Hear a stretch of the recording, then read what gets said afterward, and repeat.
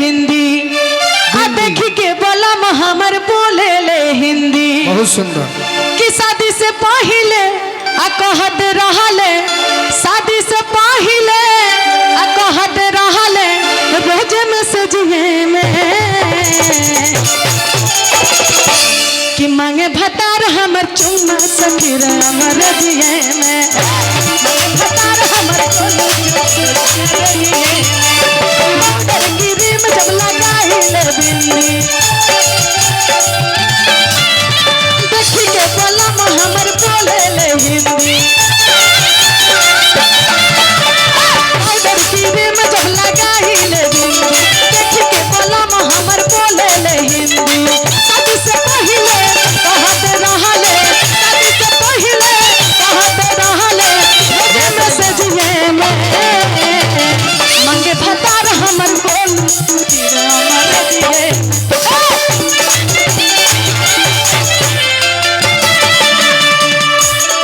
ई गाना तहरा अपना बोलमुआ के ओरे ताक के कहे के चाहे तू हमारा ओरे ताको तारू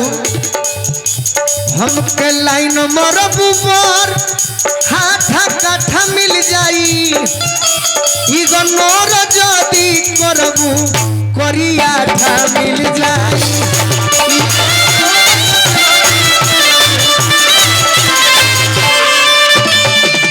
हम बोले बोलम हम करिए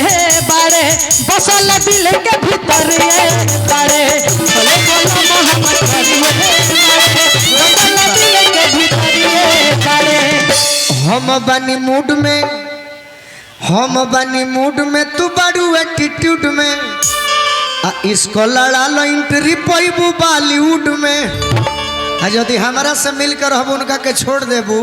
तो जानो तारू का होई दिल्ली शहर में जमीन दू चार काठा मिल जाई दिल्ली शहर में जमीन कोई काठा मिल जाई इधर जदी करबू करियाठा मिल जाई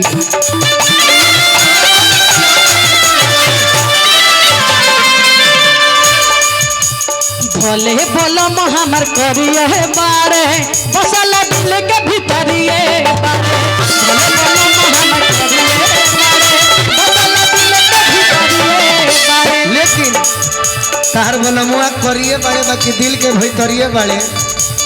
बाकी जरूर कहीं ना कहीं अगर गोलू राजा तारा सोझा खड़ा बड़े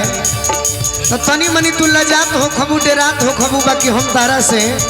ये कहम सोनम जी हम ना डराइले ना लजाइले ऐसे तुहो के वो कलाकार बनी पूरा छूट बा पूरा कलाकारी में लो तो बम का चाहिए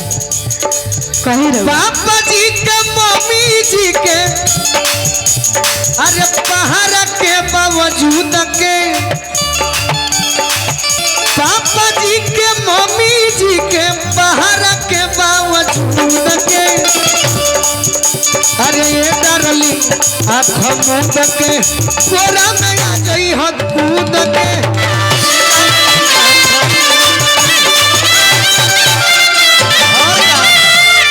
कि तहरा लाल लाल ओठवा से मध छुएला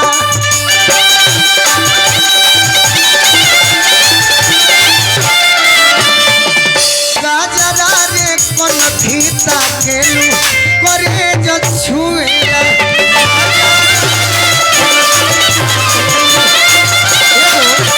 तहरा में हम नहीं जानत पहले बात सुनो तहरा में हम नहीं जानत पर इलाहाबाद में को बड़ी अमरूद निमन होले ओइसने स्वाद तहरा में भेटाई तोरा में स्वाद भेटाई ललक धिया अमरूद के तोरा में स्वाद भेटाई ललक धिया अमरूद के ए डरली आँख मूंद के गोदी में आ जाई हम कूद के